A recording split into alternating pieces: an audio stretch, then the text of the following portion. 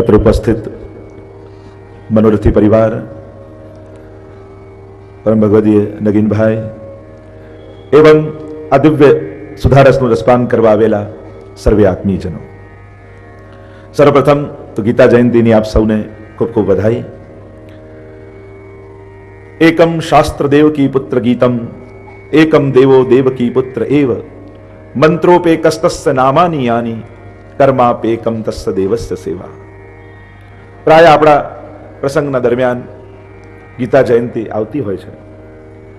એકમ શાસ્ત્ર, આજે પણ માણસ સાચું બોલે છે એનું પ્રમાણ જો કોર્ટમાં જાય તો ગીતાજી પર હાથ મૂકીને આપે. એટલે દરેકને ભરોસો આવે કે આના ઉપર હાથ મૂકીને માણસ ખોટું નહીં બોલે. એવું સત્યતાનું એક પ્રતીક એ આપણો મહાનતમ એવો ગ્રંથ, સર્વો ઉપનિષદો ગાવો દુગ્ધા ગોપાલ નંદન, પાર્થો વત્સ સુધીર ભોક્તા દુગ્ધમ ગીતામૃતમ મહત.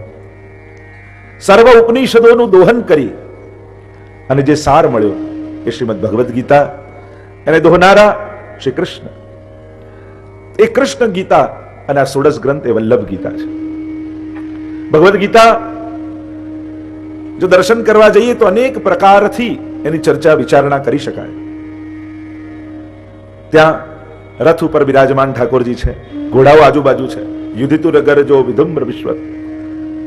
અને અહીંયા આપણી પુષ્ટિ ભક્તિમાં ગાયોની આજુબાજુ ઠાકોરજી બિરાજે છે. આગે ગાય, પાછે ગાય, હિત ગાય, હિત ગાય. ત્યાં ધર્મક્ષેત્રે કુરુક્ષેત્રે સમવેતા યુયુત્સવ, ત્યાં યુયુત્સુઓ છે, યુદ્ધની ઈચ્છાવાળા. અને અહીંયા ભાગવતમાં યા પુષ્ટિ ભક્તિમાં તો મુમુક્ષુઓ આસપાસ છે. ત્યાં રણસંગ્રામ છે અને અહીંયા રાસની ભૂમિ છે. ત્યાં રણભૂમિ, અહીંયા રાસભૂમિ. ત્યાં યોદ્ધાઓ, અહીંયા સખાઓ. અનેક અનેક પ્રકારથી આપણે સમાનતા. ત્યાં શંખનાદ કરે, આપણે ત્યાં વેણુનાદ ઠાકોરજી કરે. પણ જેટલી મહત્તા ભાગવતજીની છે એટલી જ મહત્તા આપણે ત્યાં ભગવદ્ ગીતાજીની પણ છે. જરાય એને ન્યૂન્ય કરીને નહીં માનવું. સ્વયં ગીતાર્થ પ્રકરણ, શાસ્ત્રાર્થ પ્રકરણ મહાપ્રભુજી રચ્યું છે, ગીતાજી પર વ્યાખ્યાઓ કરી છે.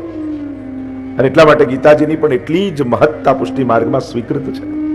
આ પુષ્ટિ ભક્તિના સર્વ સિદ્ધાંતો ગીતાજીને દોહન કરીને મળેલું નવનીત જ છે. ભાગવતજી એ ગીતાજીનો જ વિસ્તાર છે. અનેક અનેક પ્રકારથી ગીતાજીના દર્શનો વિશ્વના મહાનતમ મહાપુરુષોએ કર્યા છે. અત્યારે તો જો એ ચર્ચા કરવા જઈશ તો આપણે 16 ગ્રંથના ઘણા ગ્રંથો આપણે રહી જઈશું. એટલે ઈચ્છા તો થાય, ભગવદ્ ગીતાજી વિષય જ એવો છે કે અનેક અનેક પાસાઓથી એનું અર્થઘટન થઈ શકે છે. એનું વ્યવહારિક દ્રષ્ટિએ, સામાજિક દ્રષ્ટિએ, સાંસ્કૃતિક દ્રષ્ટિએ, ધાર્મિક દ્રષ્ટિએ, મનોવિજ્ઞાનની દ્રષ્ટિએ, રાજકીય દ્રષ્ટિએ ગીતાજી સર્વતોમુખી છે. એટલે કે દરેક પ્રકારથી સમાજનો દરેક વર્ગ એમાંથી કંઈક પ્રેરણા લઈ શકે એવો મહાનતમ ગ્રંથ ભગવદ્ ગીતા છે. એ બાળક માટે પણ પ્રેરક છે, યુવાન માટે પણ પ્રેરક છે અને વૃદ્ધ માટે પણ પ્રેરક છે. ચારે આશ્રમોને જે પ્રેરણા આપી શકે એવો ગીતાજી મહાનતમ ગ્રંથ છે. કયો વિષય ગીતાજીની બહાર છે? મહાભારત માટે તો કહેવાય છે કે જે મહાભારતમાં નથી એ ક્યાંય નથી. તો એ ગીતાજી જેવો મહાનતમ ગ્રંથ શરૂઆત એક અંધના મુખે થાય છે અને દુનિયાને દ્રષ્ટિ આપે છે. એક મોહમાં જે ગ્રસિત છે એવા ધૃતરાષ્ટ્રના મુખે શરૂઆત અને સર્વના મોહનું ભંગ કરનારો આ ગ્રંથ. નષ્ટો મોહ એટલે કે અર્જુનની અંદર આવીને બેસી ગયેલા ધૃતરાષ્ટ્ર અને એનો નાશ ભગવદ્ ગીતામાં થયો છે. કારણ કે અર્જુનને જયારે વિષાદ થયો ત્યારે એના વચનો જો તમે સાંભળો તો તમને એમ જ લાગે કે જાણે ધૃતરાષ્ટ્ર બોલતો હોય. મારા છે, સ્વજનો છે, કેમ મારું? અરે એના કરતા ભિક્ષા માંગવી સારી, ત્યાં સુધીની વાત આવી ગઈ. બસ ભગવાને મોહનો નાશ કર્યો, કર્તવ્યનું ભાન કરાવ્યું અને સાર આપણે તો એક જ વાક્યમાં લેવાનું, કરીશ વચનમ તવ. પ્રભુ આપ જેમ કહેશો એમ કરીશ. બસ આજ 16 ગ્રંથનો પણ સાર છે. હે મહાપ્રભુજી, હે શ્રી વલ્લભ, આપ જેમ કહેશો એમ કરવું છે. તો ગઈકાલે આપણે તો સીધા વિષય પર આવીએ. આપણો જે વિષય 16 ગ્રંથ, આ 16 ગ્રંથો શ્રી વલ્લભ ગીતાના નામે આપણે ઓળખીએ છીએ. અને ત્યાં કૃષ્ણ ગીતામાં અર્જુન નિમિત્ત છે અને આ વલ્લભ ગીતા જાણે મહાપ્રભુજી આપણા બધા માટે કહી છે. આ વલ્લભ ગીતાનો અર્જુન કોણ? તો કે આપણે બધા જ. અને આપણને બધાને ઉદ્દેશી શ્રી મહાપ્રભુજી. તો ગઈકાલે અંતઃકરણ પ્રબોધ નામના ગ્રંથનું આપણે દર્શન કર્યું. આજે પ્રવેશ કરીએ વિવેક ધૈર્યાશ્રય નામના ગ્રંથમાં. મને એમ લાગે કે ધર્મમાં પ્રવેશતા પહેલા આ વિવેક ધૈર્યાશ્રય નામનો ગ્રંથ દરેકે સમજવા જેવો છે. દરેકે વાંચવા જેવો છે. ઘણીવાર ગ્રંથોના પાઠ આપણે કરી જઈએ છીએ, પણ એનું અર્થઘટન આપણે સ્વીકાર્યા એને સમજવાનો પ્રયાસ નથી કરતા હોતા. આધ્યાત્મિક ગતિ આપણી થાય બધું બરાબર, પણ સૌથી પહેલા સંસારમાં રહેતા આપણને આવડે છે એ વધારે મહત્વનું છે. કારણ કે સંસારમાં રહેવાનો વિવેક ન શીખ્યા તો મન બહુ વધારે વાર ભગવાનમાં એ લાગશે નહીં. ઘણીવાર આપણા બધાની તકલીફ એ થાય કે જે સાંસારિક ઉદ્વેગો છે, જે મનની ચંચલતાઓ છે, જે અનેક પ્રકારના સંસારમાં રહેતા રહેતા ક્લેશોથી મન ગ્રસિત અને રોગી થઈ ચૂક્યું છે. એ મનના રોગની દવા શું? સંસારમાં કેમ રહેવું, ભગવાન પાસે કેમ રહેવું, એ તો આપણે વિચારીએ છીએ. પણ જ્યારે મહાપ્રભુજીના સેવક થયા છીએ, ઠાકોરજીને શરણાગત થયા છીએ, ત્યારે એક શરણાગત વ્યક્તિના જીવનના વિવેક કેવા હોય. પણ આ વિવેક શબ્દ આપણે વ્યવહાર કુશળતાના અર્થમાં વાપરતા હોઈએ છીએ કે જે વ્યવહાર કુશળ હોય તો આપણે એમ કે બહુ વિવેકી વ્યક્તિ છે. પણ લૌકિક વ્યવહારની કેવલ વાત અહીંયા નથી. આ વિવેક વૈષ્ણવતાના વિવેકોની વાત છે, કેવલ સાધારણ વ્યક્તિના વિવેકની વાત નથી. કારણ કે વિવેકી વ્યક્તિ તો ઘણા હોય, ભગવાનમાં ન માનતો હોય છતાંય ઘણા વિવેકી હોય. એવા વિવેક વ્યવહાર કુશળતાની વિવેકની વાત નથી. અહીંયા આધ્યાત્મિક અને આધિદૈવિક વિવેકની વાત છે. તો ઘણી વાર દંભ અને વિવેક એની વચ્ચે પણ બહુ પાતળી રેખા ઘણી વાર થઈ જાય. એ બંનેના વ્યવહાર ઘણી વાર એક સરખાય લાગે. કંઈક કોઈની પાસે કામ કઢાવવું હોય ને માણસ બહુ મીઠું મીઠું બોલીને એને ખૂબ રાજી કરી દે તો એને વિવેક ન કહેવાય, ઘણી વાર દંભે કહેવાય. વિવેક અને દંભમાં મૂળતઃ ફરક એ છે કે દંભના કેન્દ્રમાં સ્વાર્થ હોય છે અને વિવેકના કેન્દ્રમાં સજ્જનતા હોય છે, સૌહાર્દતા હોય છે, ક્યાંક નિસ્વાર્થતા હોય છે, પોતાના સંસ્કારો હોય છે. ઘણી વાર અને આજકાલ બી પાશ્ચાત્ય જગત આદિમાં પણ આપણે જોવા જઈએ, ઘણી વાર મહેમાનો ઘરમાં આવે ને જરાય ગમતા ન હોય એવા મહેમાનો હોય અને તોય મા બાપ હસી હસીને એની જોડે વાત કરતા હોય એટલે દીકરાઓ ખીજાઈ જાય કે તમને નથી ગમતા તો ચોખ્ખું મોઢા પર એમને કહી દો ને, આવો દંભ શેના માટે કરો છો એમની જોડે હસી હસીને વાત કરવા. ત્યારે એમને કહેવું પડે કે આ દંભ નથી, પણ ન ગમતો છતાંય મહેમાન બનીને આવેલો વ્યક્તિ એ ભગવાન સમાન છે. બોલો ગોવર્ધન નાથ કી જય, કૃષ્ણ કનૈયા લાલ કી જય. વલ્લભ વિઠ્ઠલ ગિરધારી યમુનાજી કી બલિહારી. વલ્લભ વિઠ્ઠલ ગિરધારી યમુનાજી કી બલિહારી. શ્રી યમુનાજી કી બલિહારી महारानी माँ की बलिहारी. श्री यमुना जी की बलिहारी महारानी माँ की बलिहारी. कुंडे कुंडे चरणामृत ले अपनो जन्म सफल कर ले. कुंडे कुंडे चरणामृत ले अपनो जन्म सफल कर ले. रमणती माँ लोभीने रासलीलाનું સુખ નિરખીલે. રમણતી માં લોભીલે રાસલીલાનું સુખ નિરખીલે. વલ્લભ વિઠ્ઠલ ગિરધારી યમુનાજી કી બલિહારી. બોલો કૃષ્ણ કનૈયા કી જય, ગોવર્ધન નાથ કી જય. બિરાજમાન પૂજ્ય શ્રી પિતૃચરણ એવં સર્વ શ્રોતાજનો, જે ચર્ચા આપણે કરી રહ્યા હતા, વિવેક ધૈર્યાશ્રયમાં પ્રવેશ કરી રહ્યા હતા. એટલે આ જે વિવેકો છે એ કેવલ સાંસારિક વ્યવહારના વિવેકની વાત નથી, આ આધ્યાત્મિક અને વૈષ્ણવી જીવનના વિવેકની વાત છે. કે જીવનમાં સંસારમાં રહેતા રહેતા સદઘટના હોય, અસદઘટના હોય, અનુકૂળ સંજોગો હોય, વિપરીત સંજોગોમાં હોય, પણ એક શરણાગત જીવે કેવા વિચાર કરી, કેવી સમજ કેળવી અને અનુકૂળ અને પ્રતિકૂળ સંજોગોને સ્વીકારવા. એ સમય આપણી ધારણા અને વિચારણા કેવી હોવી જોઈએ? કારણ કે જીવનમાં દરેક વખતે અનુકૂળ સંજોગો, ગમતા વ્યક્તિઓ, અનુકૂળ સમય, ગમતી પરિસ્થિતિઓ હંમેશા હોતી નથી અને કોઈના જીવનમાં નથી રહેવાની. સમય તો લહેરોની જેમ એક પછી એક જેમ સમુદ્રમાં લહેરો આવે એમ સમય ચાલતો હોય. તો જે વાત કરી રહ્યો હતો દંભ અને વિવેકમાં પાતળી રેખા છે. અને જ્યારે કોઈને એમ લાગે કે આ કોઈ દંભ કરી રહ્યા છે ત્યારે કેવું પડે કે ના, મહેમાન તો ભગવાન સમાન કહેવાય. ન ગમતો હોય છતાંય સ્વીકારવો પડે, એના માટે આદર રાખવો પડે. દરેક દિલની વાત કહી જ દેવી એ જરૂરી નથી. અને એ કોઈ ઉત્તમ પક્ષ પણ નથી. અત્યારનો એક યુગ એવો ચાલે કે જે મનમાં આવે કહી દો, તમે અભિવ્યક્ત કરી દો. પણ આપણે ત્યાં એને અવિવેક કહ્યો છે કે ભલે તમારા મનમાં, તમારી ધારણામાં, તમારી વિચારણામાં કોઈ વાત કે કોઈ પક્ષ છે, તમારો કોઈ દ્રષ્ટિકોણ છે, પણ એ દ્રષ્ટિકોણ તમારા સુધી સીમિત રહે બરાબર છે, પણ કોઈનું મન દુઃખનું કારણ થતું હોય, કોઈના અપમાનનું કારણ થતું હોય તો એને અભિવ્યક્ત નહીં કરવો, એ ઘૂંટડો ગળી જવો. એમાં જ તમારો વૈષ્ણવી વિવેક છે. આ અભિવ્યક્તિનો યુગ છે કે બધું જ બોલી દો, કહી દો, મનમાં ન રાખો, દિલમાં આવે કહી દો. પણ તમારા દ્રષ્ટિકોણે કદાચ તમે સાચા હો, તમારા દ્રષ્ટિકોણે કદાચ પેલો ખરાબ હોય, પણ એ તમારો દ્રષ્ટિકોણ છે. આપણે જેને સારા કહીએ તે ઘણા માટે ખરાબ હોય છે, અને આપણે જ ઘણાને ખરાબ કહીએ ઘણા માટે સારા હોય છે. આપણે કેમ કહી શકીએ કે આ ખરાબ કે સારો? અને એટલા માટે શું બોલવું, ક્યારે બોલવું, ક્યારે નહીં બોલવું, આ બધા વ્યવહારિક વિવેકો જગતના છે, અને વૈષ્ણવી વિવેકી હોવું બહુ જરૂરી છે. ઘણા લોકો આમ પોતાની વિશેષતા માનતા હોય કે આપણે આમ પાછળ વાત ના કરીએ, સીધે સીધું મોઢા પર કહી દઈએ. આ પણ કમજોરી જ છે, આ કોઈ વિશેષતા નથી. આપણે વાત મનમાં આપણું ઊંડાણ કે ગહેરાઈ નથી આપણા સમજની, એટલે આપણે એને સંગ્રહી નથી શકતા.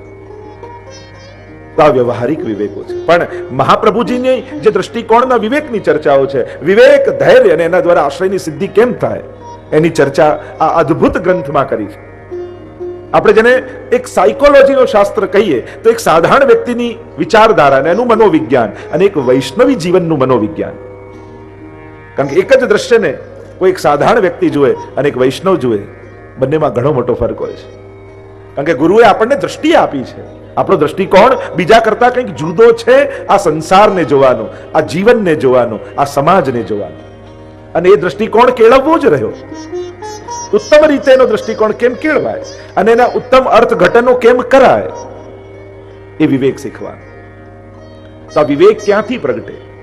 તુલસીદાસજી પણ માનસમાં કહે છે ને, બિનુ સત્સંગ વિવેક ન હોય, बिनु सत्संग विवेक न होय, राम कृपा बिन सुलभ न सोई, राम कृपा बिन सुलभ न सोई, बिनु सत्संग विवेक न होय, बिनु सत्संग विवेक न होय, बिनु सत्संग विवेक न होय और राम कृपा बिन सुलभ न सोई.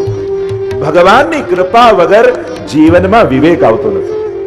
જ્ઞાન આવી જવું બહુ સહેલું છે. અનેક પ્રકારથી વિવેકની ચર્ચાઓ વ્યવહાર જગતમાં પણ આપણે કરીએ છીએ, પણ આ ગ્રંથ વિવેક ધૈર્યાશ્રય મહાપ્રભુજીનો અદ્ભુત ગ્રંથ છે.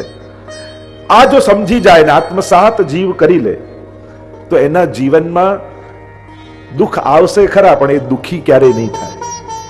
જો દુઃખ આવવું કે ન આવવું એ આપણા હાથમાં નથી, પણ દુઃખી થવું કે ન થવું એ કદાચ આપણા હાથમાં છે. કર્મના બંધનો છે તો અનેક પ્રકારની ઘટનાઓ ભાગ્ય રૂપે સામે આવે જ છે, પણ આવેલી ઘટનાઓ, સામે ઉભેલા સંજોગોને તમારા સમજથી તમે કઈ રીતે પાર જતા રહો છો એ તમારા સમજ ઉપર આધારિત છે. અને સમજની ધાર કાઢવી હોય તો આ વિવેક ધૈર્યાશ્રયનો પાઠ કરો. અંગ સ્વરૂપે મહાપ્રભુજીના અંગરૂપ આપણે માનીએ છીએ તો કહ્યું વામ ભુજા આનું અંગ છે. 17 શ્લોકોમાં મહાપ્રભુજી આ વિવેક ધૈર્યાશ્રય ગ્રંથ રચ્યો છે. કોના માટે રચ્યો એનો કોઈ બહુ વિશેષ ઉલ્લેખ આપણે ત્યાં પ્રાપ્ત નથી. રચનાનો કાળ કોઈ એવો વિશેષ રૂપે મળતો નથી, પણ લગભગ 4 ટીકાઓ વિવેક ધૈર્યાશ્રય ઉપર પ્રાપ્ત છે. વિવેકનું વર્ણન 1 થી 5 શ્લોકમાં કર્યું, 6 થી 9 શ્લોકમાં ધૈર્યનું વર્ણન કર્યું, અને 10 થી 17 શ્લોકમાં મહાપ્રભુજીએ આશ્રયનું વર્ણન કર્યું છે. આપણે પ્રવેશ કરી આવો. આ બધા પાસે 16 ગ્રંથ છે.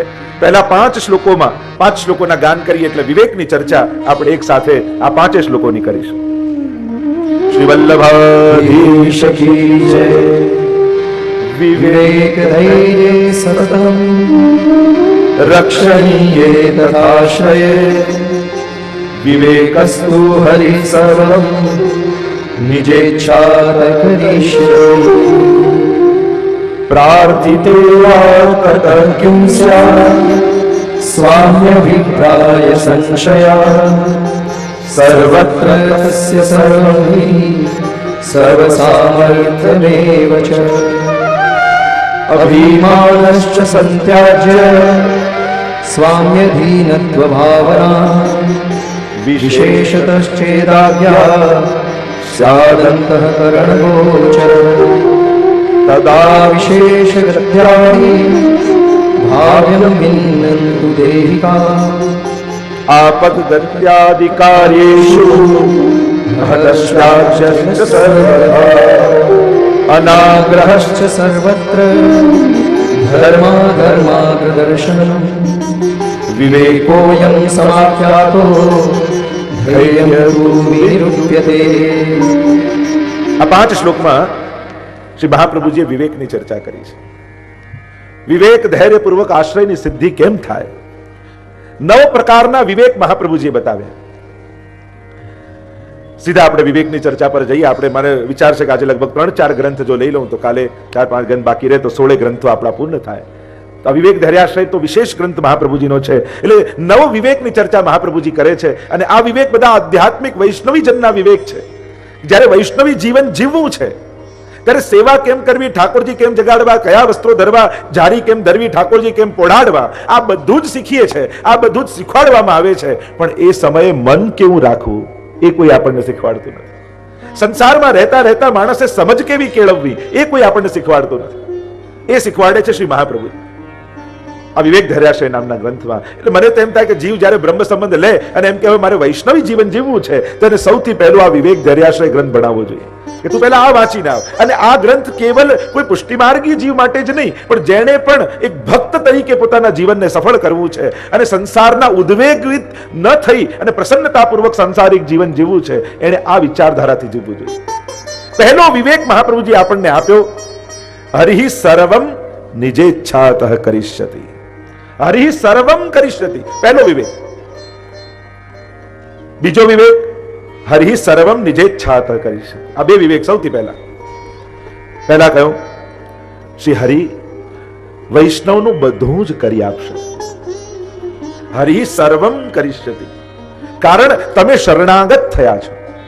અને શરણાગત થયા છો એટલે ભગવાને ગીતાજીમાં જ વચન આપ્યું છે, યોગક્ષેમં વહામ્યહમ.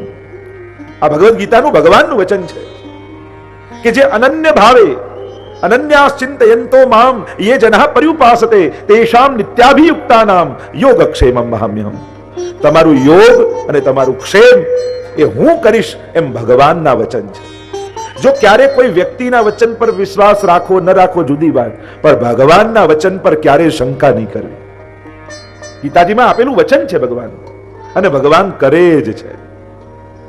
અરે આપણે આપણા જીવનને જોઈએ. હું કોઈ ગ્રંથ જોવાનું તમને નથી કહેતો, કદાચ વેદ પુરાણ ન જુઓ, પોતાના જ જીવનને જુઓ ને. કદાચ 15, 20, 25, 30 વર્ષ પહેલા આપણે ક્યાં હતા અને ઠાકોરજી આજે ક્યાં લાવીને રાખ્યા. કેવી કેવી ઘટનાઓ જીવનમાં ઘટી. ઘણી વાર તો એમ થયું કે હવે જીવન ખતમ, હવે તો ફસાઈ ગયા, હવે તો જાણે તળિયે આવી ગયા, બધું ખતમ થઈ ગયું છે. એવા સંજોગો સામે આવ્યા, છતાંય ઠાકોરજી બધેથી ઉગારી લીધા ને. આપણે પ્રભુએ બધેથી આપણને કાઢ્યા ને. તો આજ સુધી જે આપણું બધું કરતો આવ્યો એ આગળ નહીં કરે? જેને ભૂતકાળમાં આપણને બચાવ્યા એ ભવિષ્યમાં આપણી રક્ષા નહીં કરે? કેવી કેવી ઘટનાઓ જીવનમાં ઘણી વાર તો ઘટી જાય. માણસને એમ લાગે કે હવે જીવવું કઈ રીતે આગળ, કઈ રીતે જીવન સંભવ થશે. છતાંય ઠાકોરજી બધેથી આપણને બચાવી લે છે. બસ આપણા જીવનને જોઈ ભગવાન પર ભરોસો કરી લો ને. કદાચ ગ્રંથોને જોઈને ભરોસો ન આવે તો પોતાના જીવનને વાંચીને ભરોસો કરો કે આજ સુધી જે મારી રક્ષા કરતો આવ્યો, આજ સુધી મારા જીવનને જે પાર કરતો આવ્યો એ આગળ પણ મારું બધું કરશે. મહાપ્રભુજી કહે આ સૌથી પહેલો વિવેક વૈષ્ણવનો હોવો જોઈએ, પ્રભુ મારું બધું જ કરશે. એક નાનકડું બાળક જે હજી 1-2 મહિનાનું થયું છે એ પોતે કોઈ પુરુષાર્થ કરતો નથી, કોઈના વખાણ કરતો નથી, કોઈની ચાપલુસી કરતો નથી, કોઈની પ્રશંસા કરતો નથી, કોઈની પાસે પોતાના કામ કઢાવવાના દાવા કરતો નથી. બિલકુલ અસમર્થ બાળક હોય છે, છતાંય ભગવાન એનું બધું પૂરું નથી કરતા. એ કોને પટાવવા જાય છે, કોને મનાવવા જાય છે, એ કોની પાસે પોતાના કામ કઢાવવાના કર્તવ્યો કરે છે? કઈ નથી કરતું, બિલકુલ અસમર્થ. એને બોલતા નથી આવડતું, ચાલતા નથી આવડતું, સમજાવતા નથી આવડતું, પૂરું દેખાતું નથી, પૂરું સંભળાતું નથી. તોય ભગવાન એના પોષણની બધી જ વ્યવસ્થા કરી લે છે. કેવું એની માં એની બધી જ સુરક્ષાઓ સાચવી લે છે. નહીં તો માં એ જીવાત્માને ઓળખતી હતી? ક્યાંથી આવ્યો, મોટો થઈને શું કરશે, કેવો થશે, પહેલા બધું આની જોડે ચોખવટ કરી લઉં, પછી આનું લાલન પાલન કરીશ. ના ના, પહેલા આની સાઈન કરાવી લો. ભલે જન્મ્યો છે, ડોક્ટર આપણને રજા આપે હોસ્પિટલમાંથી કે બધું બિલ ચૂકતે, એના પહેલા આ બાળકની પણ સાઈન કરાવી લઉં કે મોટી હું થઉં, ઘરડી થઉં ત્યારે મને પાલશે, મારી રક્ષા કરશે, મારી જોડે રહીને બધું જ મારું કામ કરશે, પછી જ આનું લાલન પાલન કરું. એવો કોઈ કોન્ટ્રાક્ટમાં કરે છે? ના, ભરોસા ઉપર બધું ચાલે છે. મહાપ્રભુજી કહે, હે જીવો, તમે પણ ઠાકોરજીના આવા અબૂજ અસમર્થ બાળક જ તો છીએ. ઠાકોરજી આગળ બ્રહ્મ સંબંધ લઈને વચન આપીએ છીએ કે પ્રભુ બધું જ આપનું છે, પણ એ બાળકને જેમ ભરોસો મા ઉપર છે. નહીં તો બાળક ક્યારે જીદ પકડે, નર્સને કે ના ના મને ઘરે ના મોકલતા, મમ્મી બધું નહીં કરે, મને હોસ્પિટલમાં જ રાખો. અને અત્યારે તો લોકો એવા છે કે જો એ મા બાપને પહેલેથી ખબર પડી જાય કે અમને વૃદ્ધાશ્રમમાં મોકલવાના છે, એ પહેલા તો મા બાપ આને અનાથાલયમાં મૂકી આવે. એવું થઈ જાય ને, બધું પૂરું થાય છે. સમર્પણ કરેલા જીવે ક્યારેય કોઈ શંકા નહીં કરે. સૌથી પહેલો વિવેક આજે ગાંઠ બાંધી લો, એવા ભરોસા સાથે જીવો કે ભગવાન મારું બધું જ કરશે. પણ એ વાત ચોક્કસ, જેમાં મારું ભલું હશે એ બધું જ કરશે. એક વાત જોડી દઉં ખાલી, હું માંગુ એ આપે નહીં, જેમાં મારું ભલું હશે એ બધું જ આપશે. એટલે ભગવાન મારી શરતે ચાલે એ જરૂરી નથી. તો આપણી તો માંગો એવી હોય, તો ઘણી વાર કહું લોકો માંગે એવું કે ભગવાનને ચક્કર આવી જાય. હે ભગવાન વરસાદ ના પાડતા કપડા સૂકવ્યા છે, તારા કપડા પાછળ ભગવાન વરસાદ બંધ કરી દે. લોકોની માંગો એ કેવી હોય કે આમ ખગોળ ભૂગોળના નિયમો ફેરવી નાખે. જો કઈ સુકવણીમાં મૂક્યું હોય ને ધાબે, તો લોકોની માંગો એટલે પ્રભુને એમ થઈ જાય કે મારે આને કપડા સાચવવા કે ખેતરમાં વરસાદ પાડો. તો આપણી તો માંગો ઉપર જો ભગવાન ચાલે તો સૃષ્ટિ ચાલી જ ન શકે. કોઈ ડોક્ટર એમ કે આમ આશીર્વાદ આપો ને પ્રેક્ટિસ સારી ચાલે, તો અમારે શું આશીર્વાદ આપવા એને કે બધા બીમાર પડી જાય? અમે તેવા આશીર્વાદ આપીએ કે આશીર્વાદ એવા છે કે જેને અડો એ સાજા થઈ જાય. તો આપ મળે પ્રેક્ટિસ સારી ચાલે કે જેને અડો એ સાજા થાય. નહીં કોઈ દવાની દુકાન ખોલે એમ કે સારી દુકાન ચાલે એવા આશીર્વાદ આપો. તો પ્રભુ બધું જ કરશે એવો ભરોસો. દ્રઢતાપૂર્વક આજે મનમાં સંકલ્પ કરી લો કે એ બાબતમાં મારે ક્યારે શંકા. અને આવો જેને ભરોસો હોય એ તો ખોળામાં રહેલા બાળક જેવો કેવો નિશ્ચિંત થઈ જાય. જરાય ચિંતા હોય ક્યારે કોઈ ખોળામાં રહેલા 2 મહિનાના બાળકને આમ કપાળે હાથ રાખીને ટેન્શનમાં જોયો કે આ ખોટા શહેર લેવાઈ ગયા, ક્યારે એને ટેન્શનમાં જોયો? એ તો નિશ્ચિંત જ હોય, પ્રસન્ન જ હોય. અરે ઝૂંપડામાં કાલે શું ખાઈશું એ ચિંતા મા બાપને જે ઘરમાં છે, એવા ઝૂંપડામાં પેદા થયેલો બાળક તો નિશ્ચિંત જ હોય. એને ચિંતા ના હોય, તો આનંદમાં જ હોય, એને તો પ્રસન્નતા જ હોય. એને તો બાળક કહેવાય ને કે જેને ક્યારે ચિંતા ન હોય. આવો ભરોસો, કારણ કે એને ભરોસો છે જેના ખોળામાં છું એ ભૂખ્યો નહીં સુવા. એમ જ વૈષ્ણવો, પ્રભુના જેના ચરણે તમે છો એના પર ભરોસો રાખજો, એ ક્યારે ભૂખ્યા નહીં સુવા. આ પહેલો વિવેક. ખાલી આટલો ભરોસો, પહેલો વિવેક આવી જાય, કેવી ચિંતાઓ જતી રહે. બધી જ ચિંતા સમાપ્ત થઈ જાય. ચિંતા કાપી ન કાર્યા નિવેદિતાત્મભી કદાપિતિ ભગવાન અપી પુષ્ટિસ્થો ન કરીષ્યતિ લૌકિકીમ જગતે. આ પહેલો વિવેક. બીજો વિવેક આપ્યો, હરિ સર્વમ નિજેચ્છાત કરીષ્યતિ. પેલું સર્વમ કરીષ્યતિ, આ પહેલો વિવેક. અને હવે નિજેચ્છાત, પ્રભુ બધું જ કરશે પણ પોતાની ઈચ્છા પ્રમાણે. એવી શરતે ભક્તિ ન કરો કે હું જે કહું એ પ્રમાણે, મારા કયા પ્રમાણે ભગવાન ચાલે એવી શરત સાથે ન હોય. બેકસીટ ડ્રાઇવિંગ નહીં કરવી. તમે અર્જુન બનીને રથની લગામ ભગવાનને સોંપી અને પછી એમ કહો હવે આમ જમણી બાજુ લેજો ને, હવે આમ ડાબી બાજુ લેજો ને, તો આપણે ડ્રાઈવર હોય ને એ કંટાળી જાય બહુ કે કરો ને, તો લો તમે જ ચલાવો, હું પાછળ બેસું છું. અર્જુનની તકલીફ એ જ હતી, એ બેક સીટ ડ્રાઇવિંગ કરવા ઈચ્છતો હતો કે ભગવાન રથના ઉપાડે. હવે ગીતાજીનો દિવસ છે એટલે પછી એની ચર્ચા નીકળી જવાની. તો કે રથ ચલાવો અને આ ભગવાનને સેનયોર ઉભયોર મધ્યે રથમ સ્થાપય, બંને સેનાઓની મધ્યમાં રાખો એવી આજ્ઞા તો કરી, પણ એને ક્યાં ખબર છે કે ચલાવનારો કૃષ્ણ છે. જાણી કરીને એવી જગ્યાએ રથ ઉભો રાખ્યો તો બધા મામા ને સસુર ને ભાઈઓ ને કાકા ને ગુરુ ને એ બધા દેખાયા. જો ભગવાન ઈચ્છે તો એવી જગ્યાએ રથ લઈ જાત જ્યાંથી દુશાસન ને આ બધા દેખાત, તો લડવાનો ઉત્સાહ વધી જાત અર્જુનનો. પણ ભગવાને જાણી ખરીને, કારણ કે રથ તો યોદ્ધાઓ તો કેટલા છે અને કેટલી મોટી સંખ્યામાં સેનાઓ ઊભી છે, પણ આ કૃષ્ણ જાણી કરીને રથ ત્યાં લઈ ગયા. અર્જુન વિચાર કરે છે, મોહમાં છે, શું કરું શું ન કરું, આમ કરું ન કરું, યુદ્ધ લડું ન લડું. અનેક પ્રકારની ગીતાજીમાં તો ઘણી ચર્ચાઓ છે, પણ ભગવાનને રથ સોંપ્યો છે કે આપ બધું કરવાના છો તો મારા પ્રમાણે ચાલો. આ સેવકનો ધર્મ નથી. ભગવાનને કહેવાય એમ કે પ્રભુ મારા જીવનના માર્ગનું દર્શન આપ કરાવજો. આપ મારા જીવનનું સમર્પણ એટલે શું? આપણા જીવનના રથની લગામ ભગવાનના હાથમાં આપી દેવી, એનું નામ સમર્પણ. કે પ્રભુ આજ સુધી મનને જ્યાં જ્યાં કહ્યું ત્યાં મન પ્રમાણે રથ ચલાવ્યો, હવે આપનો થયો છું, હવે લગામ હું આપના હાથમાં આપું છું. આપ મને માર્ગદર્શન કરજો, આપ દિશા આપજો. એટલે ભગવાનની ઈચ્છા પ્રમાણે જીવવું. નિજે ઈચ્છાતઃ, અને વાર્તા સાહિત્યમાં કહ્યું ને, પ્રભુ કરે સો ભલી કરે. પ્રભુની ઈચ્છામાં પ્રસન્ન રહેવું. પ્રભુની આમાં કંઈક ઈચ્છા છે. આપણા દૃષ્ટિકોણ બહુ નાના છે. આપણે સૂરજને આપણી બારીએથી જોઈએ અને આપણને એટલો લાગે, પણ સૂરજ ઘણો મોટો છે. ભગવાનની વ્યાપકતા, ક્યારેક ભગવાનની જગ્યાએ બેસીને દુનિયાને જુઓ ને તો દુનિયામાં તમને કોઈ અવ્યવસ્થા નહીં દેખાય. આપણી ખુરશી પર બેસીને દુનિયાને જોઈએ છે ને એટલે આપણને એમ લાગે કે આ ખોટું, આ સાચું, આ આમ નતું કરવું જોઈતું, આમ કરવું જોઈતું. ક્યારેક ભગવાનની જગ્યાએ બેસીને જુઓ, એ સર્જકની જગ્યાએ બેસીને જ્યારે સર્જનને જુઓ ત્યારે જ એના સર્જન માટે સાચો ન્યાય કરી શકાય. આપણે દુનિયામાં કોઈ એટલા મહત્વના વ્યક્તિ નથી કે ભગવાનને આપણને દુઃખી કરીને મજા આવે. અરે ખાલી બીજા ગ્રહ પરથી જઈને પૃથ્વીને જુઓ ને તો ત્યાંય તમે નહીં દેખાઓ. આખા બ્રહ્માંડમાં પૃથ્વી એક રાઈના દાણા જેટલું છે. આપણે કોઈ એવા મહત્વના વ્યક્તિ નથી કે ભગવાન આપણા સુખ અને દુઃખ માટે કોઈ વિશેષ પુરુષાર્થ કરે. એટલે પોતાનો અહમ મૂકીને ભગવાનના શરણે જવું.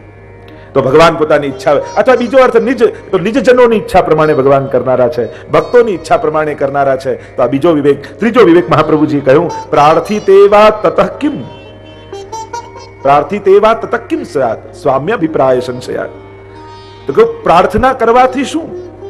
અને એટલા માટે પ્રભુ પાસે ક્યારે પણ માંગણી નહીં કરવી.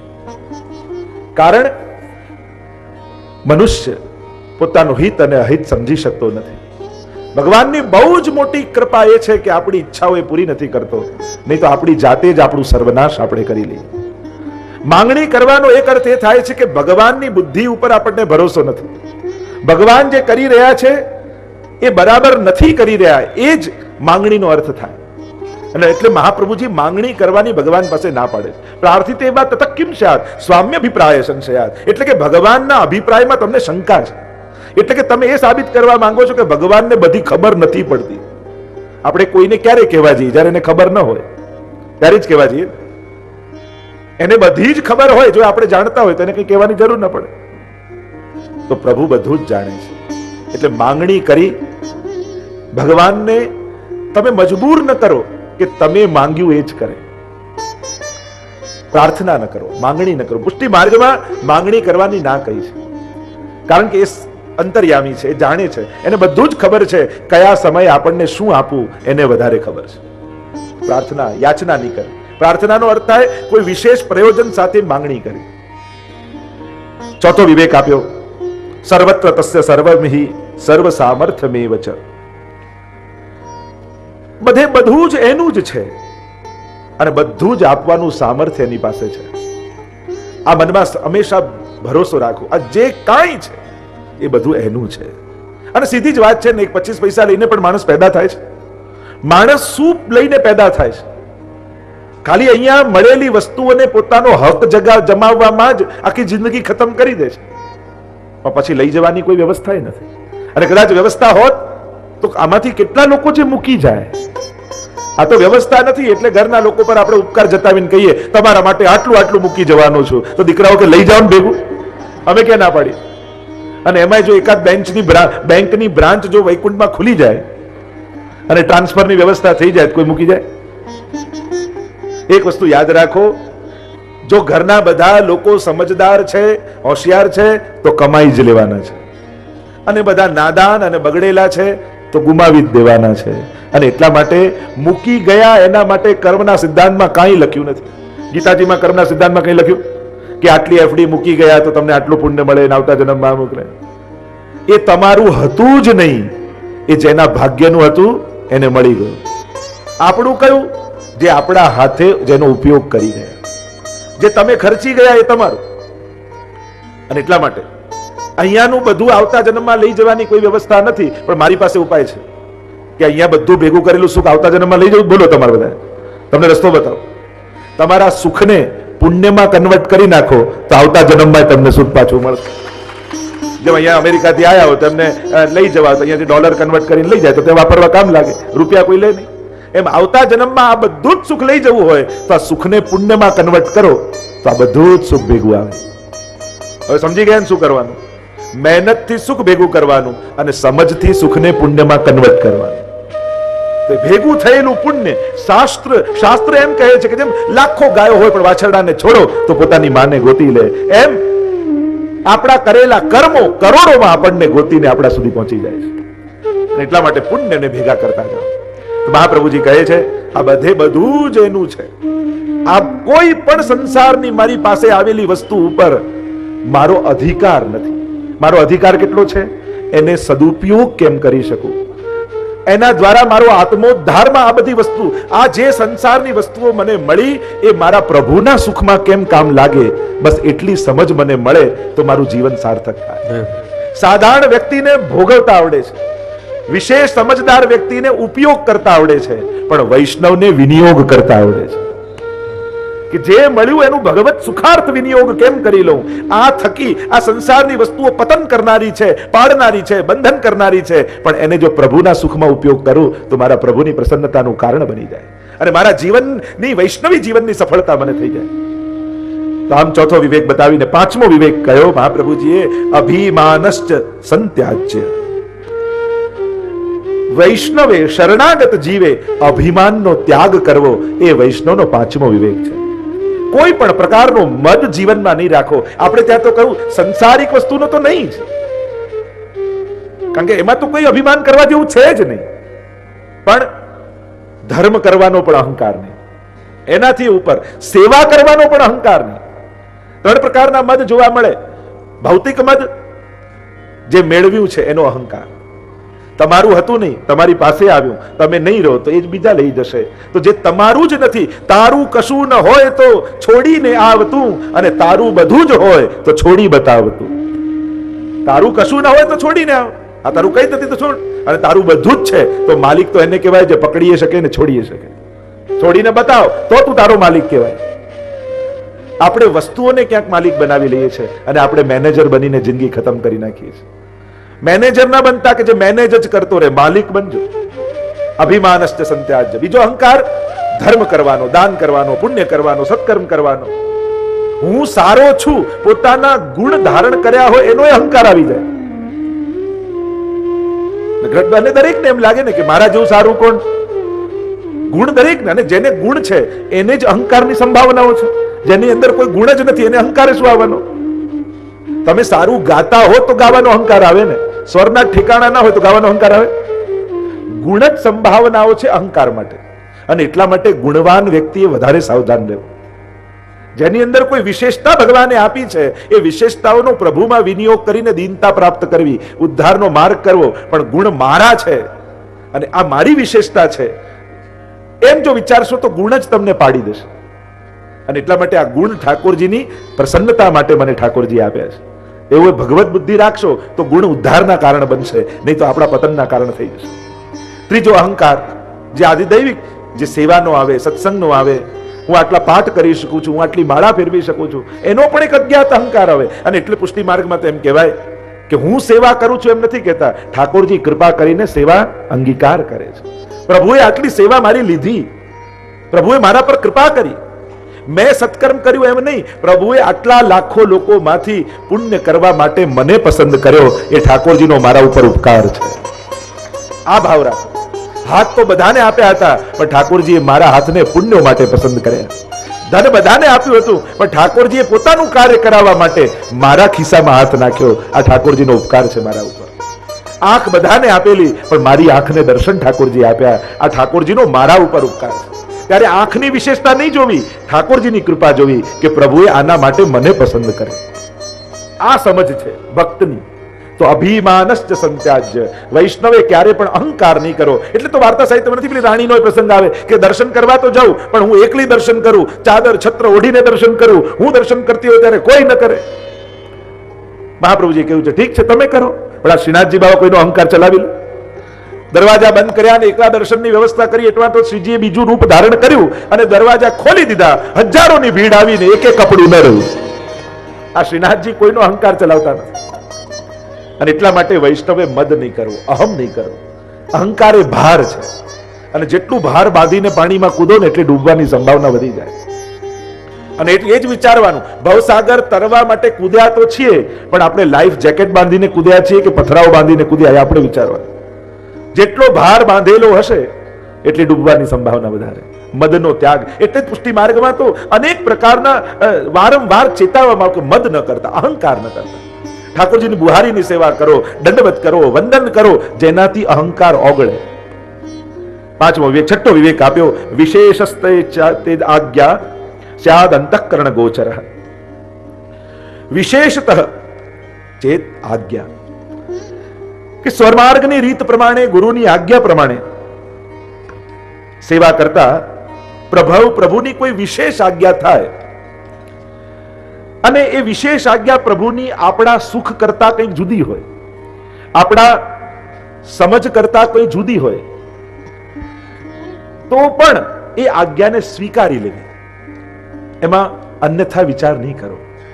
કારણ કે જીવન આપણી ધારણા પ્રમાણે ચાલતું નથી.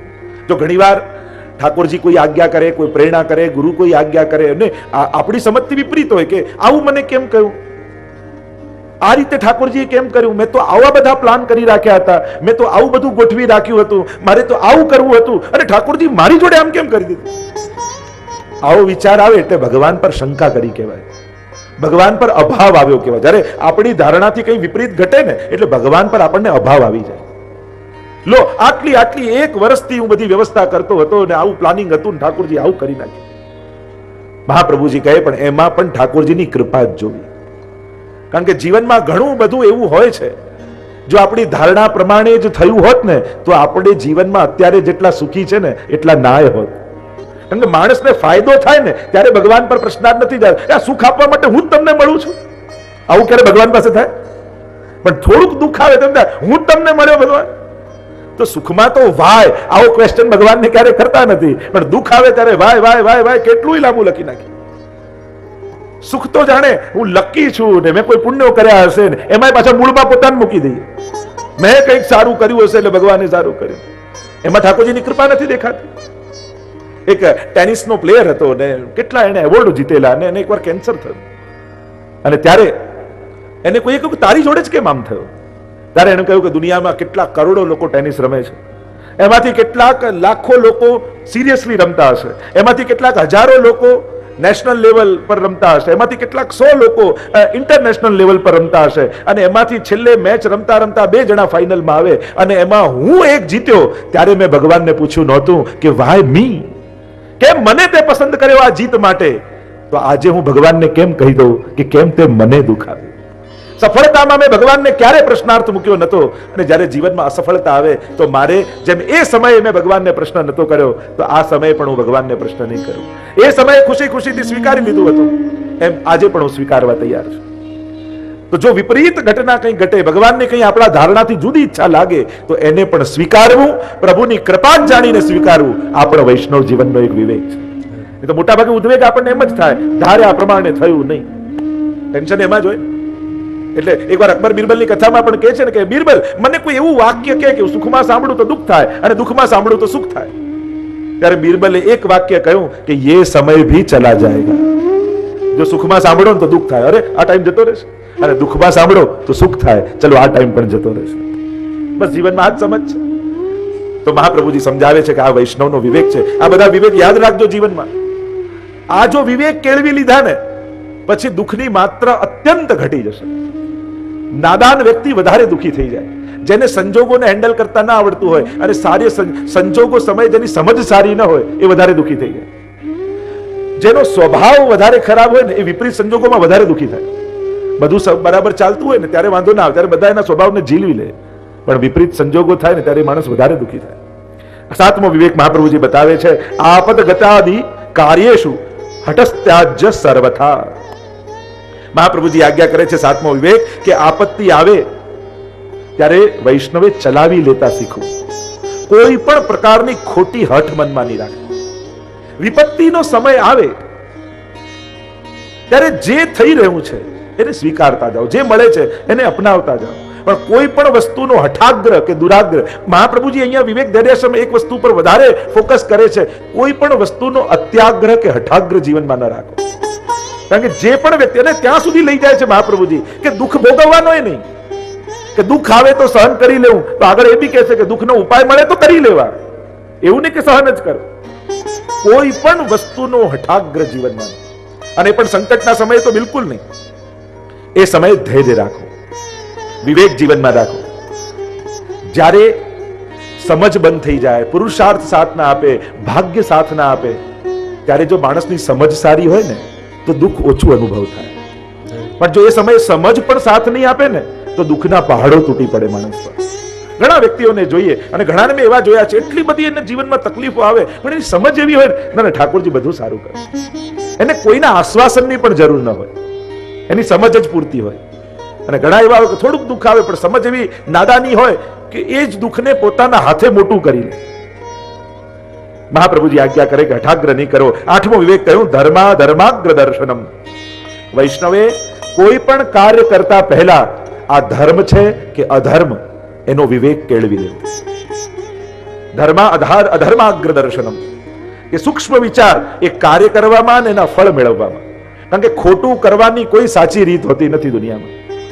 એટલે દરેક વસ્તુમાં વૈષ્ણવે, આપણે તો ઠાકોરજીને શરણાગત છીએ, પ્રભુના જીવો છીએ, ગળામાં કંઠી છે, એટલે કોઈ પણ કાર્ય કરતા પહેલા વિવેક કરવો, આ જે કરવા જાવું છે એ ધર્મ છે કે અધર્મ છે, યા આ કામ કરીને જે પ્રાપ્ત થશે એ ધર્મ અનુકૂળ કહેવાશે કે અધર્મ અનુકૂળ કહેવાશે, એનો વિવેક વૈષ્ણવે કર્યો. કારણ ઉતાવળમાં, જલ્દી મેળવી લેવામાં, બીજા કરતા વધારે મેળવી લેવામાં ક્યાંક હું અધર્મના માર્ગે તો નથી ચાલી રહ્યો ને. આપણને એમ થાય કે એક વાર કરવામાં શું છે, પણ એ એક વાર નથી હોતું, 100 વારની શરૂઆત હોય છે. દુનિયામાં જેટલા પણ વ્યસન, ખોટા કામ આદિ જેટલાય કાર્યો છે એ બધા એક વારથી જ શરૂ થાય છે. અને એક વાર તમે સફળ થાઓ એટલે બીજી વાર કરવાની ઈચ્છા થાય, અને પછી બીજી વાર કર્યું એટલે આ 2 વારને સંતાડવા માટે ત્રીજી વાર કરવું જ પડે. એક વાર ઢાલમાં ગાડી આવી ગઈ ને પછી એને એક્સિલેટર મારવાની જરૂર ન હોય, પછી ગગડતી જ જાય. આ જીવનમાં પણ એવું જ છે કે એક વાર જીવનને જો પતનના ઢાળ પર મૂકી દીધું ને પછી એક્સિલેટર નહીં મારવું પડે, પછી તો જયા જ કરે, અને પછી તો કરવું જ પડે, નહીં તો સંભવ જ ના થાય જીવન. તો ધર્મ અને અધર્મનું દર્શન કરવું, મહાપ્રભુજી કહે, જેનાથી જીવનમાં શાંતિ આવે એવા નિર્ણયો લેવા. અધર્મ છે ને ક્ષણવારનું સુખ આપે, આપણને લાભ થયો, પણ એક ક્ષણવાર કરેલું અધર્મ લમ્હો ને કી ખતા और સદીઓ ને સજા પાઈ. ક્ષણવારની ભૂલો સદીઓ સુધી ભોગવવી પડતી હોય છે. અને 8મો વિવેક કયો ધર્મ અધર્મનો વિવેક. અને 9મો વિવેક મહાપ્રભુજી આજ્ઞા કરે કે અનાગ્રહશ્ચ સર્વત્ર.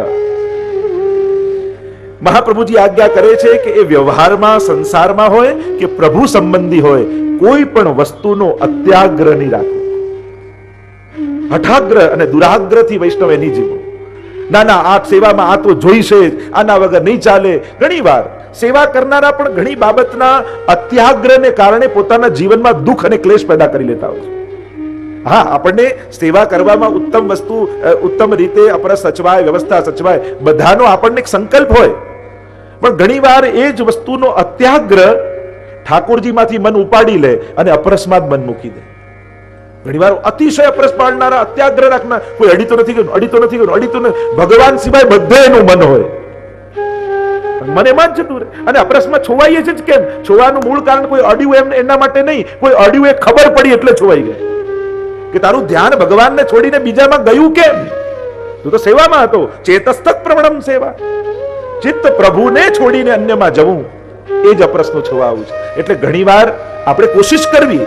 મહાપ્રભુજી આજ્ઞા કરે છે સ્વધર્માચરણમ સત્યા વિધર્માશ્ચ નિવર્તનમ. બોલો કૃષ્ણ કનૈયા લાલ કી જય, ગોવર્ધન નાથ કી જય, શ્રી વલ્લભાધીશ કી જય, શ્રી વલ્લભ વિઠ્ઠલ ગિરિધારી, યમુનાજી કી બલિહારી. વલ્લભ વિઠ્ઠલ ગિરિધારી, યમુનાજી કી બલિહારી.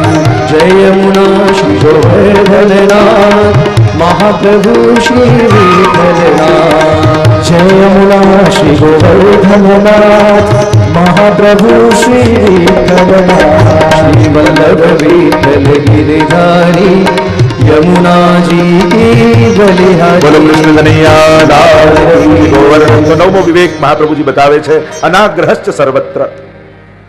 સર્વત્ર અનાગ્રહ રાખો, કોઈ પણ વસ્તુનો અત્યાગ્રહ કે અટાગ્રહ કે દુરાગ્રહ નહીં રાખો। સ્વધર્માચરણમ શક્ત્યા વિધર્માશ્ચ નિવર્તનમ, મહાપ્રભુજીની આજ્ઞાની વાત કરી રહ્યો હતો। શક્તિ અનુસાર સ્વધર્મ પાળવો, પણ હવે શરીર ચાલતું જ નથી, યા કોઈ બીમારી લાગી ગઈ છે, અને છતાંય યુવાન હતા એવા જેવો તમે આચાર વિચાર કેળવવાનો દુરાગ્રહ રાખશો તો મનમાં સતત ક્લેશ જ બન્યો રહેશે, પહેલા જેવું થતું નથી। ઘણી વાર વડીલોને મળીએ તો મનમાં જ્યારે જઈએ તો હમણાં કરી રહ્યા હોય એ સેવાનો આનંદ ન હોય। હવે જે પહેલા જેવી સેવા નથી થતી, તો પહેલા જેવા તમે રહ્યા નથી તો ક્યાંથી થવાની? તો પહેલા જેવા આપણે નથી તો પહેલા જેવું અત્યારે નહીં થાય। અત્યારે જેવા છો એમાં કઈ રીતે આનંદપૂર્વક સેવા કરી શકો એનો વિચાર કરો।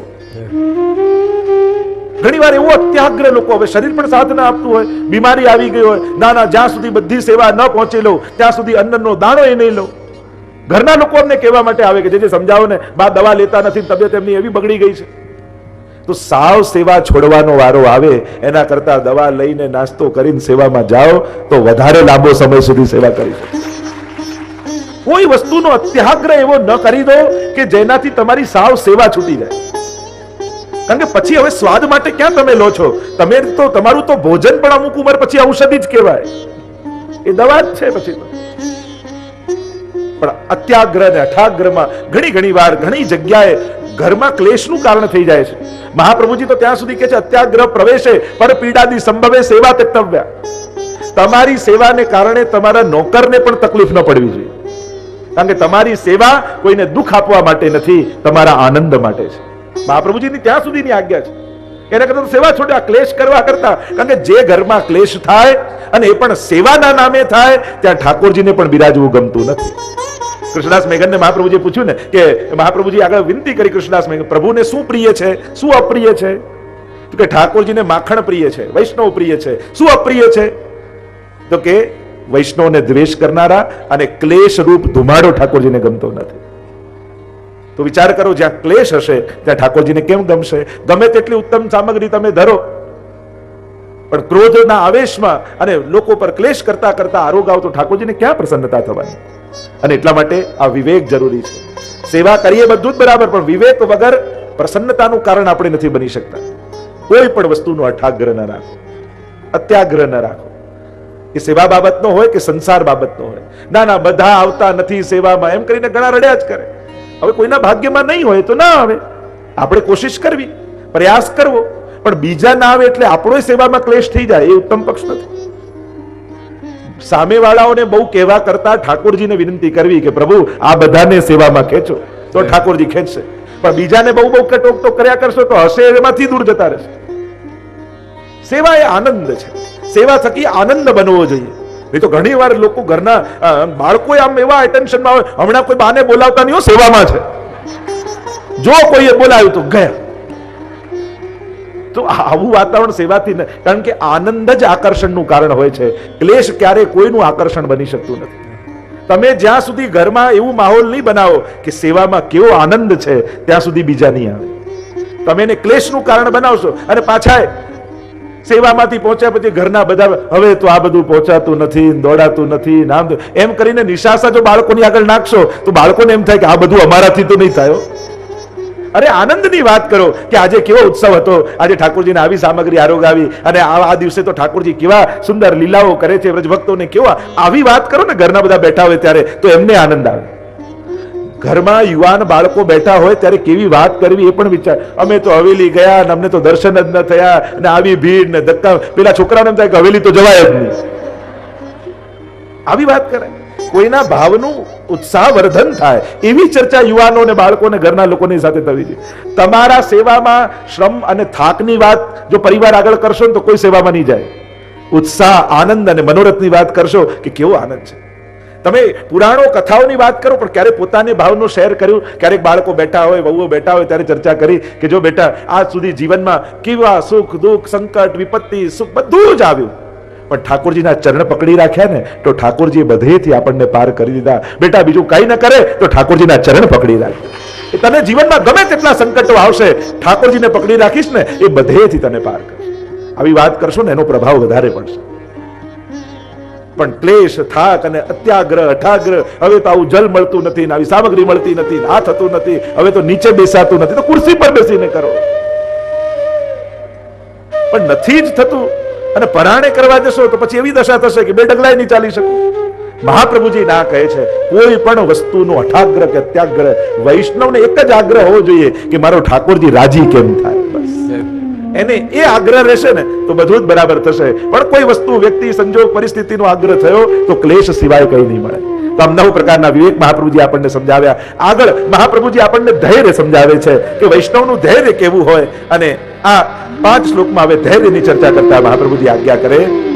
ત્રિદુઃખસહનં ધૈર્યં મામૃતે સર્વતઃ સદા તત્રવદ્દેહવદ્ભાવ્યં જળવત ગોપભારવ. મહાપ્રભુજી ધૈર્યને સમજાવતા આપણે સંક્ષિપ્તમાં સમજીએ. 3 પ્રકારના દુઃખોને સહન કરવા એ જ વૈષ્ણવનું ધૈર્ય છે. 3 વસ્તુ હોય. એક છે દુઃખોથી ભાગવું, એક છે દુઃખોથી લડવું, અને ત્રીજું છે દુઃખોને સહન કરી લેવા. દુઃખોથી ભાગશો તો દુઃખોને તમે મોટા કરી લેશો. કારણ કે દુઃખ કરતા દુઃખનો વિચાર વધારે મોટો હોય છે, વધારે ભયંકર હોય છે. આમ થશે તો આ તોનો જે વિચાર છે ને વધારે દુઃખ કરનારો હોય. અને એટલા માટે ભગવાન પાસે જઈને એમ ન કહો કે આટલું મોટું દુઃખ છે, પણ દુઃખને જઈને કહો કે મારો ભગવાન બહુ મોટો છે. દુઃખની આગળ ભગવાન મોટો છે ભાવનો વિચાર કરો. દુઃખ તો જીવનની એક ઘટમાં. તમે સુખ માંગો ને કે મને સુખ જોઈએ છે, ભગવાન પાસે માંગો, એનો અર્થ તમે બીજી રીતે દુઃખ માંગી જ રહ્યા છો. કારણ સુખમાં તમે નાશવંત વસ્તુ જો માંગી છે તો એક દિવસ નાશ થશે. અને એ જ કારણ કે દુઃખ બીજા કોઈ રૂપમાં હોતા નથી. સુખનું જ વિકૃત રૂપ, સુખનું જ નાશવંત રૂપ એ દુઃખ છે. એટલે કે તમે એવો કોઈન માંગો છો કે મને કિંગ હોય જેમાં એવો કોઈન આપ, મારે ક્રોસ નથી જોઈતો. તો ખાલી કિંગ હોય ને એને ખોટો રૂપિયો કહેવાય. પણ પાછળ ક્રોસ છાપેલો હોય, આગળ કિંગ ને પાછો ક્રોસ, ત્યારે સાચો રૂપિયો બને. એટલે કે કિંગ માંગીને પણ તમે અજ્ઞાત રૂપે ક્રોસ માંગી જ રહ્યા છો. એટલે કે સુખ માંગીને પણ તમે અજ્ઞાત રૂપે દુઃખ યાચી જ રહ્યા છો. કારણ કે એવી કોઈ ગાડી માંગી તો એવી કોઈ ગાડી નથી જે અમુક વર્ષ પછી બગડવાની નથી. તમે કોઈ સ્વજનો માંગ્યા તો એવા કોઈ નથી જે બીમાર નહીં પડે, નાશ નહીં થાય. અસોચ્યાનંદ સોચસ્ત્વમ પ્રજ્ઞાવાદાંશ ભાષસે ગતાસુ ન ગતાસુશ્ચ નાનું સોચંતી પંડિતા. ભગવદ ગીતામાં ભગવાન કહેતે કે તું નાશવંત વસ્તુને માંગે છે અને પંડિતો જેવી વાત કરે છે અને એવી ઈચ્છા રાખે કે આ વસ્તુઓ ક્યારે મારી પાસે જાય નહીં. આ તો તારી કલ્પના છે. વાતો પંડિતો જેવી કરે છે, માંગણી મૂર્ખો જેવી છે. ક્યાંક આપણી જોડે એવું નથી હોતું. માંગણી મૂર્ખ જેવી હોય ને આશાઓ ને વાતો પંડિતો જેવી હોય. ભગવાનની કૃપાથી આ મળ્યું, પણ આ જવાનું છે એ તને ખબર છે, પણ હમણાં તું એ યાદ કરવા નથી માંગતો. તો કાયમી સુખ, નિત્ય સુખ તો પ્રભુ સિવાય બીજામાં છે જ. અને એટલા માટે અહીંયા મહાપ્રભુજી કહે છે ત્રિદુઃખ સહનમ ધૈર્યમ. તો દુઃખથી ભાગવું નથી, દુઃખથી લડવું નથી, નહીં તો થાકી જઈશું. દુઃખ નાનું કરવાનો એક જ ઉપાય છે, જે દુઃખો આવે મારે સહી લેવા છે. કારણ કે આ દુઃખો મારા જ કોઈ કર્મોને કારણે મને મળ્યા છે. માણસની તકલીફ એ કે પાપ કરવામાં એને મજા આવે અને દુઃખ ભોગવવું ગમતું નથી. પાપ કરવામાં મજા આવે છે પણ દુઃખ નથી ભોગવવું. લીમડાના બીજ વાવીને કેરી અને આંબાની પ્રતીક્ષા કરો તે તો મૂર્ખતા કહેવાય. જે બીજ વાવો એ જ ઉગે. અને એટલા માટે સહન કરી લેવાની જ્યારે છાતી આવે ને કે સહી લેવા છે, એ દિવસે દુઃખો નાના થવા લાગે છે. અને એટલા માટે ત્રિદુઃખ સહનમ કઈ રીતે સેવા? તક્રવત દેવત ભાવ્યમ જડવત ગોપભાર્યાવ્રત. તક્રવત છાસની જેમ નિસ્સાર છે. એમાં ઉદાહરણ ગોપભાર્યાદિનું આપવામાં આવે છે કે કેવી એક ગોપની સ્ત્રી હતી અને એના જીવનમાં કેટલા દુઃખો આવ્યા, કેવા કલ્પના ન કરી શકાય એવા. એના પતિ મરી ગયો, રાજા ઉપાડીને લઈ ગયો, ગણિકા બનાવી દીધી ને અનેક અનેક દુઃખો એના જીવનમાં આવ્યા. અને પાછા કોઈ ગોવાળ જોડે એના વિવાહ થયા અને ત્યારે માટલામાં માથે લઈ પાણી ભરી અને ગોવાળનો જલ જઈ રહી છે એટલામાં આને ઠેસ વાગી, હાથમાંથી માટલું છૂટ્યું, પાણી ઢોળાઈ ગયું. બધા દુઃખી થાય, અરે તારી જોડે આવું થયું, તારું માટલું ઢોળાયું, તારું પાણી ઢોળાયું. ને પેલી ગોપ કન્યા હસવા લાગી. એટલે કે હસે છે શા માટે? પાણી ઢોળાઈ ગયું. એને કે જીવનમાં મેં એટલા દુઃખો જોયા છે ને કે આ જોઈને તો મને હસવું આવે. તમે રિપોર્ટ કઢાવવા ગયા ને કોઈ એમ કહ્યું કદાચ કેન્સર લાગે છે, બાયોપ્સી કરાવી પણ તમારો તાવ ઉતરતો નથી, અને રિપોર્ટ આવ્યા ને કે કેન્સર નથી તાવ છે, એટલે તમે ખુશ થઈ, હા ભગવાનની કૃપા કરી, પણ તાવ તો છે જ ને. તાવ હોય એ કૃપા કહેવાય, પણ કેન્સર નથી એટલે આપણને કૃપા લાગી. એટલે કે મોટું દુઃખની સામે નાનું દુઃખ પણ સુખ જેવું લાગ્યું. નહીં તો તાવ આવવું એ કઈ કૃપા. ક્યારેક તાવ આવે તો આપણે કે ઠાકોરની કૃપાથી તાવ આવે છે. કાઠિયાવાડમાં શું બધાને બોલવાની બહુ આદત, પણ સૌરાષ્ટ્રમાં એટલું હોય જેમ આવે ઠાકોરજીની કૃપા. ઘણી વાર મળે આ ઠાકોરજીની આપની કૃપાથી હમણાં બાપુજી અઠવાડિયા પહેલા ગુજરી ગયા. બધું આમાં ક્યાં કૃપા? કારણ કે એમને શું બોલવાની આદત પડી હોય એટલે બધામાં કૃપા જોડી દે. વિવેક માટે બરાબર છે, પણ ઘણી વાર આપની કૃપાથી હમણાં 2 બાટલા ચડાઈને આવ્યો સહજમાં આવી જાય. ત્રણેય પ્રકારના દુઃખો. તક્રવત દેહવત ભાવ્યમ, જેમ દેહ નાશવંત, જડવત ગોપ ભાર્યા. જડ ભરતની કથા આવે કેવા ભરતજી એક મૃગમાં ફસાયા અને જડ ભરત બન્યા અને ક્યાંય મન ફસાવા દેવું નથી. અને એ રીતે દુઃખને સહન કરવા કે મને નથી લાગતા આ બધા દેહના દુઃખો છે, મારો આત્મા તો આ સુખ દુઃખથી પર છે, મને સ્પર્શતા નથી. આ બધા દેહના બંધનોને કારણે ગોપ ભાર્યા વ્રત. આમ મહાપ્રભુજી આગળ 7મા શ્લોકમાં વાત કરી કે હવે દુઃખો આવ્યા. ઘણી વાર એમ લાગ્યું કે ભાગ્યથી આવ્યા, ઘણી વાર એમ લાગ્યું કર્મોથી આવ્યા, ઘણી વાર એમ લાગ્યું ભગવાને આપ્યા. હવે દુઃખો આવ્યા છે અને સહન કરવાનું કહ્યું તો શું સહન જ કરતા રહેવું? તો મહાપ્રભુજી એની પણ વાત આગળ જતા 7મા શ્લોકમાં આજ્ઞા કરે. પ્રતિકારો યથાતઃ સિદ્ધશ્ચેનાગ્રહી ભવે ભાર્યાદીનાં તથા નિશા મસતશ્ચાત્રમં સહે. મહાપ્રભુજી આજ્ઞા કરે પ્રતિકારો યદચ્છાત સિદ્ધશ્ચેનાગ્રહી ભવેત, કે દુઃખ સહન કરવા એમ આજ્ઞા કરી તો શું તાવ આવતો હોય અને મહાપ્રભુજીની આજ્ઞાને યાદ કરશું ના દુઃખ સહન કરવાનો, અને દવા હોય તોય ખાય નહીં. મહાપ્રભુજીની આજ્ઞા છે કે દુઃખો સહન કરી લો, પણ દવા છે. મહાપ્રભુજી કે એક મિનિટ સાંભળ, દુઃખ દૂર કરવાનો ઉપાય મળી જાય તો ભોગવવાનો આગ્રહ રાખવો નહીં. પ્રતિકારો યદચ્છાત સિદ્ધશ્ચેનાગ્રહી ભવેત, અનાગ્રહી ભવેત. દુઃખ દૂર કરવાના ઉપાય જો મળે તો ભોગવવાનો અઠાગ્રહ નહીં રાખવો. નાના આજ્ઞા થઈ છે દુઃખ ભોગવવું, જે માથે આવે સહન કરી લઉં, પણ ભગવાને બુદ્ધિ પણ આપી છે ને. બુદ્ધિનો ઉપયોગ કરી અને કોઈનો જો આશ્રય અન્યનો ન કરાય પણ ઉપયોગ તો બધાનો કરાય. બીમાર પડ્યા હોઈએ અને આપણે ના આપણે તો અન્ય આશ્રયની ના છે, ડોક્ટર પાસે જઈએ અન્ય, અરે ના, એનો ઉપયોગ કરો. એ ભણ્યા છે તો ડોક્ટરીનો ઉપયોગ કરી, એની વિદ્યાનો ઉપયોગ કરી દવા ખાઈએ, પણ આ દવા અસર થશે ઠાકોરજીની કૃપાથી. એવો ભાવ રાખો. તો દુઃખ દૂર કરવાના ઉપાય મળે તો ભોગવવાનો એકાગ્ર ન રાખો, એનો ઉપાય કરી લો, એનો રસ્તો કાઢી લો. અને રસ્તો કાઢવાની સમજ પણ માણસમાં હોવી જોઈએ, વૈષ્ણવમાં હોવી જોઈએ. એ સમજ કેળવો કે દુઃખના ઉપાયો દુનિયામાં પ્રાપ્ત છે. ઘૂંટણથી નીચે નથી બેસાતું તો ખુરશી લઈ લો. આ જલ નથી ઉપયોગ કરતો તો ઉત્તમ બીજું ઓપ્શન શું છે? તો કે આનો ઉપયોગ કરો. બુદ્ધિ એ ભગવાને આપી છે. એ બુદ્ધિના બળનો એક પિતા હતા અને એના દીકરાને કહ્યું કે આ પથ્થર ઉચક, અને એટલો ભારે પથ્થર તો ઉચકવાની કોશિશ કરે, ઉચકાય નહીં. અરે હું કહું પૂરી તાકાત લગાવીને ઉચક, અને પેલો પૂરી તાકાત લગાવે, ઉચકાય જ નહીં. ફરી કહું છું ને પૂરી તાકાતથી ઉચક. 4-5 વાર કીધું ને એટલે પેલો છોકરો અકળાયો, પપ્પા નથી ઉચકાતું, પૂરી તો તાકાત લગાવું છું. પિતાએ કહ્યું મેં તને કહ્યું પૂરી તાકાત લગાવ, અને પૂરી તાકાત એટલે કેવલ શરીરની જ ના કહેવાય. હું બાજુમાં ઉભો છું, તું મને બુદ્ધિની તાકાત લગાવીને કહી શકે કે પિતાજી હાથ લગાવો તો આપણે બંને ઉચકી લઈએ. આ તાકાતનો પ્રકાર જ છે. બુદ્ધિ દ્વારા અન્યનો સાથ લઈ અને વિપત્તિમાંથી બહાર નીકળી જવું એ પણ બુદ્ધિની તાકાત જ છે. રસ્તો કાઢતા માણસે શીખવું જોઈએ. ભગવત ઈચ્છામાં જીવીએ છે એનો અર્થ એ નથી થતો કે આપણી બુદ્ધિ બંધ કરી દેવી. મહાપ્રભુજી કે બુદ્ધિ ઠાકોરજીએ જ આપી છે વાપરવા માટે, અને વાપરવા માટે જ આપી છે. એટલે કોઈ પણ વસ્તુનો દુરાગ એટલે કે દુખારથી પણ નહીં થઈ જવું. ઘણીવાર દુઃખ સહન કરતા કરતા લોકો દુઃખના શોખીન થઈ જાય. હેરાન થવું ઘણાને ગમવા લાગ્યો ધીમે ધીમે. આમ સેવામાં હવે પહોંચાતું નથી ને, આમ થતું નથી ને, હવે તો આવી અપરસ માથાથી થતી નથી. પણ કોણ તને કે છે? શરીર જેમ ચાલે એ પ્રકારે કર, પણ સેવામાં આનંદમાં. ઘણાને દુઃખી થવું ગમવા લાગે એટલે કાયમ 24 કલાક ને 12 મહિના દુઃખી ના દુઃખી. લો હવે તો શિયાળો આવ્યો ગયા, હવે તો અરે ઊંધિયું ખાઈને લહેર કરને શિયાળામાં. દુઃખી છે ને થવાનું. હવે તો ઉનાળો આવ્યો ગયા, હવે તો ચોમાસું આવ્યું ગયા. શું ભજીયા તલ ને મજા કર. પુષ્ટિ માર્ગમાં તો દરેક વસ્તુનો આનંદ. નીકી લાગત શીત કી ઋતુ, આપણે તો નીકી લાગત શીત કી. બૂંદ અચાનક લાગી ભલે જો આए લાલ ઠીક દુપહેર કી બિરિયા, શુભ ઘડી શુભ નક્ષત્ર શુભ પલ શુભ બિરિયા. આપણે તો ત્રણેય ઋતુનો આનંદ કર્યો છે. પણ ઘણા લોકો અધિક માસના જીવો હોય, એને 12 મહિનામાં ફાવે જ નહીં. એમ તો આ અધિક મહિનાનો તો પ્રતિકારો યતચ્છાત સિદ્ધસ્ય નાગરી, દુઃખ દૂર કરવાનો ઉપાય જ છે. દુનિયામાં બધું છે. વિજ્ઞાન ગોતી ગોતીને વૈજ્ઞાનિકો રિસર્ચ કરી કરી તમને સેવામાં કેટલી મદદ કરે છે, ક્યાં ભૂલી જાઓ છો? વિજ્ઞાનનો અધ્યાત્મમાં કેટલો સાથ છે, વિરોધ ક્યાં છે?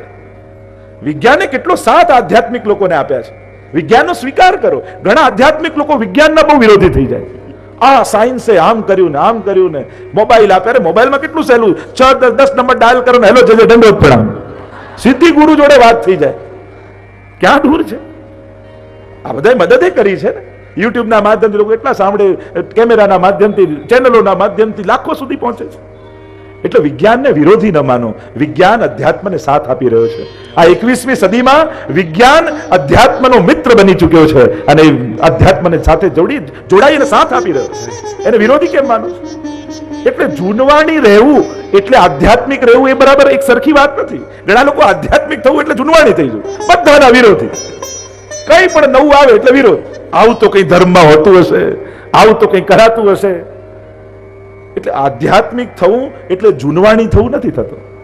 નવી વસ્તુનો ઉપયોગ કરો. હવે નવી દુનિયામાં છો, નહીં તો તમે રહી જશો અને દુનિયા આગળ જતી રહેશે, પછી રડતા રહી જશો. દુનિયાની સાથે ચાલુ. આધ્યાત્મિક વ્યક્તિ તો વધારે વૈજ્ઞાનિક હોય, વધારે સાથ આપનારો હોય, એને આધ્યાત્મિક કહેવાય.